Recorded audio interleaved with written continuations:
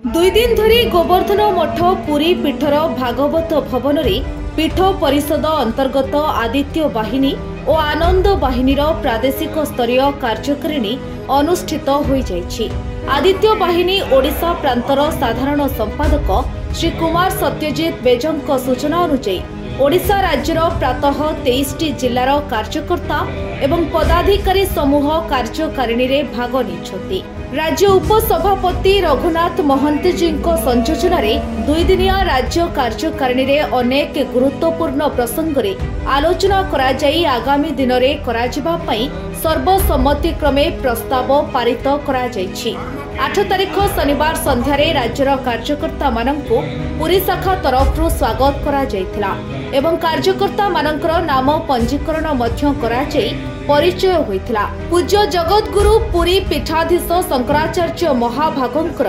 निजस्व मानस संगठन प्रादेशिक कार्यकारिणी वर्षरे 2 थर अनुष्ठित होइथाय। एही क्रम रे 2 दिनिया कार्यकारिणी को आनुष्ठानिक भाव में 9 तारिख पूर्वाह्न दंडीस्वामी वन वैभवारण्य सरस्वती प्रदीप प्रज्वलन पूर्वक शिविर को उद्घाटन करथिले। आज प्रातः समय प्रभात फेरी और कीर्तन करा जाई दिवसटी को आरंभ करा जाइथिला। प्रातः 5 घटिकारु 6 घटिका प्रभात फेरी, 6 घटिकारु 8 घटिका मठ परिसर में करसेवा कार्य, 8 घटिकारु 10 घटिका नित्यक्रम एवं जलपान,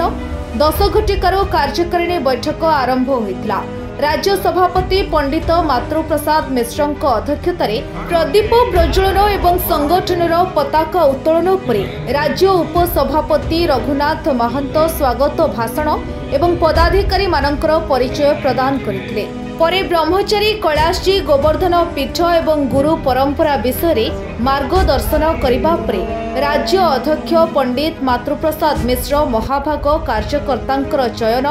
प्रशिक्षण एवं नियोजन विषय आलोचना करने सहित किपरि आगामी दिन में भारत वर्ष हिंदू राष्ट्र रे घोषित हेबो एवं आम मानकर कर्तव्य और दायित्व संबंध में आलोचना करथिले। परे परे 5टी विभाग को नहीं बैठक अनुष्ठित होइथिला एवं विभिन्न विभाग रे किपरि शाखा संगठन एवं सदस्यता अभिवृद्धि हेबो से विषय आलोचना करा जाइथिला। जगतगुरु महाराजंकर मार्गदर्शन रे 1 घंटा एवं 1 टंका प्रकल्प किपरि समाजर सबु स्तर रे सनातनी हिंदू माने पालन करिवे से संबंध रे मध्य राज्य अध्यक्ष मार्गदर्शन देथिले एवं परिशेष रे साधारण संपादक कुमार सत्यजित बेज धन्यवाद अर्पण करथिले एवं शांति पाठ सहित कार्यकारिणी समापन होइथिला। मातृप्रसाद मिश्र अध्यक्ष आदित्य बाहिनी गोवर्धन मठ पुरी ओडिशा प्रदेश कार्यकारिणी प्रतिवर्ष पुरी रे गोटे थर और पुरी बाहर राज्यर अन्य जिला केन्द्र में गोटे थर अनुष्ठित होता है। से क्रम आज गोवर्धन मठ पुरी ये भागवत भवन प्रदेश कार्यकारिणी अनुष्ठित हो गतकाली संध्यार कार्यकारिणी आरंभ हो कार्यकारिणी प्रायतः 23टी जिलार उपस्थिति अच्छी। प्रदेशर कार्यकारिणी आम सदस्य संख्या होती 65 सदस्य संख्यार प्राय 53 जन सदस्य उपस्थित अच्छा, 12 जन सदस्य अनुपस्थित अच्छा। आनंद बाहिनी 2 जन सक्रिय कार्यकर्ता उपस्थित अच्छा। आगामी योजना जो कार्यकारिणी आम आज प्रस्तुत करूँ से आगामी योजना भितर बिंदु मुख्य कथा रहा भारत हिंदू राष्ट्र घोषित हो से चाहे केंद्रीय शासन तंत्र प्रांतीय शासन तंत्र साधारण जनता केमती जनजन ने जनमत सृष्टि कर लोकमत राजमत एक प्रमाण करने पुरी पीठर पूज्य शंकराचार्य जितेबाला निष्पत्ति निमित्त होकर संकल्प कर भारत हिंदू राष्ट्र हो से हिंदू राष्ट्र संकल्पना को चरितार्थ करने ये एक मूल बिंदु आमर आज प्रस्ताव पारित है। प्रस्ताव पारित करागला आम जो सेवामूलक कार्यक्रम करुचु संगठन वर्ष तमा विभिन्न शाखा स्तर ओडिशा रे प्राय आमर 69टी शाखा अच्छी एवं 29टी जिलार संगठन काम करुच्ची। गोटे जिलार वर्तमान पर्यटन आम शाखा करूँ आगामी दिन में ये 29टी जिलार 69 शाखार आम नीतिगत निष्पत्ति आमर पाक्षिक बैठक हम सेवा हम सत्संग हम विभिन्न उन्नयनमूलक कार्यक्रम सेवामूलक कार्यक्रम आध्यात्मिक सांस्कृतिक धार्मिक कार्यक्रम हम किंतु ता सहित आम आगामी समय समाज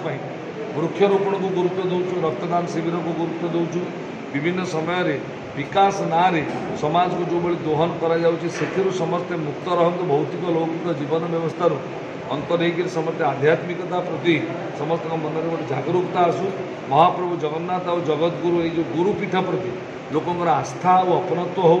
ए प्रकार जागरण जन करने राज्य कार्यकारिणी निष्पत्ति निगला विभिन्न मौलिक बिंदु एवं शाखा सदस्यता केमती शाखा अभिवृद्धि घटो आ सदस्य संख्या अभिवृद्धि घटो वर्तमान समय आम ओडिशा रे प्राय 10,000 रु अधिक सक्रिय कार्यकर्ता आदित्य वाहिनी पीठ परिषद आनंद वाहिनी ना अच्छा आम चाहूँ ताहा केमिति आगामी वर्ष रे सर्वनिम्न 25,000 स्वयंसेवक पहुँचू पीठ परिषद अंतर्गत आदित्य वाहिनी आनंद वाहिनी ना ता सहित आम जो 99 शाखा अच्छु कम से कम केमिति 150 शाखा प्रति विभाग को आमर 5टी विभाग ओडिशा विभाजित पूर्व पश्चिम उत्तर दक्षिण मध्य प्रति विभाग को आम टार्गेट देचु शाखार विस्तार हम सदस्यता विस्तार हम एवं सेवा सत्संग स्वाध्याय संकीर्तन धार्मिक आध्यात्मिक कार्यक्रम ये अनुष्ठित हो प्रति नीतिगत निष्पत्ति लिया। ब्यूरो रिपोर्ट आरंभ न्यूज। अधिक खबर पाई आम फेसबुक पेज को लाइक फॉलो एवं यूट्यूब चैनल को सब्सक्राइब करंतु।